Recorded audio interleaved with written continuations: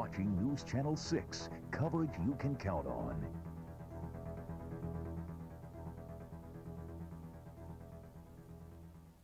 Good morning, and we are back. I'm Bud Myers, the Gadget Guru, and I guess if it's anything that we have learned, that at the most inappropriate times, you really do need some batteries, and I guess the ice storm was there and proof of the pudding. Today we have an ex-Richmonder who's here for a tropical vacation down in Richmond from Madison, Wisconsin, the Executive Vice President of Rayovac Battery Corporation, Merrell Tomlin. Merrell, thanks for showing up. We appreciate it. Thanks for having us. Merrell, we ran out of batteries in this ice storm. First question is, these really need to be stored. Is there a special way we should do it? Well, there's a lot of misconceptions when it comes to batteries. A lot of people think if you put them in the refrigerator, they'll last longer. The fact of the matter is, with all the improvements they've made in batteries over the years, most of them have about a 5-year shelf life. So yeah, you should always maintain some type of pantry inventory. Okay, now I noticed that most actually have the date as far as the life of the battery. Yeah, I think you'll find that with most manufacturers now, because they want to ensure the consumer they are getting good product, that it's going to last and be ready when they're ready to use it. Okay. Now, Merrell, I noticed that all of the packaging, almost every battery company is saying lasts longer, and the battery claims are pretty outrageous. What's the story behind that? Well, I think that it's created a lot of confusion for the consumer, because if you look at it specifically, they're all able to meet the claims they're making. Okay. But it's in specific devices. Now, how do they do that? Well, if you take, a lot of them are based on high drain devices. Okay. High drain devices are a lot of the things that we use today, palm tops and handheld computers, your pagers, things like that require a lot of energy to operate. Okay. But what most people don't understand is that when you formulate batteries to accommodate that, you give up something on the lower drain devices. Okay. So it's a trade-off. So it's different tests that they do which enable them to make those claims. As many different types of batteries that are out there, there are that many different types of tests that you can use to make claims. Okay, well, I can understand that. Now, what I did is I brought some parts from the battery to see exactly how these batteries are made. This is actually the bottom of a D cell. Right. Right here. Right. And this looks like a nail.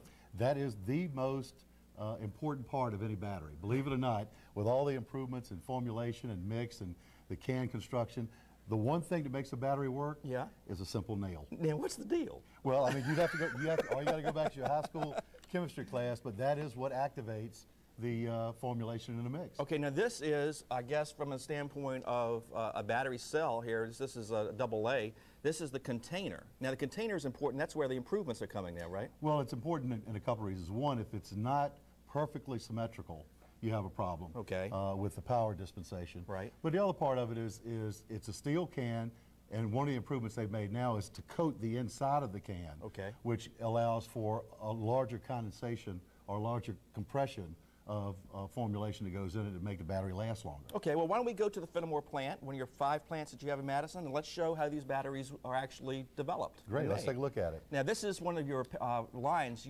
How much does a line like this cost, Merrell? The average alkaline line costs about $100 million. Okay. Now, here we're actually bringing and putting the chemicals into the battery? That's right. And basically, it starts with putting the top on, flipping the battery over, filling it with mix, putting the bottom on, and all of this done in about to a rate of about 600 to 800 a minute. Okay, and the testing on these things, I understand you actually put voltage in the top of the batteries here, and they're tested so that there's no seepage of any kind. Absolutely. They have, we do 33 different tests online as it's running. Okay. It's all computerized. Now here we're putting the tops on, right? Yep. Okay. That's really fascinating how many, and how many batteries come out basically in a day? Oh, well, if you do, we work in 24 hours a day, 3 shifts a day, so it's 600 a minute. Really millions of batteries millions of batteries. Well, there you go. So now you know when you need a battery, you know where to come to, and Rayovac batteries. Merrell, thanks so much for coming back to Richmond and showing us how you do it. Thanks, Bud. You bet. Back to you, Russ. Thanks, guys. Merrell and I were talking a little bit before the broadcast about how important batteries are if you have children, especially after Christmas, because every toy my kids have some kind of battery in the back of it. So does Santa bring along the batteries too, or does Dad have to go out and find all those? Generally speaking, we put an order into Santa prior to his arrival, and they're there because there's nothing worse than a toy that don't work on Christmas morning. That's a good idea. Thanks, fellas.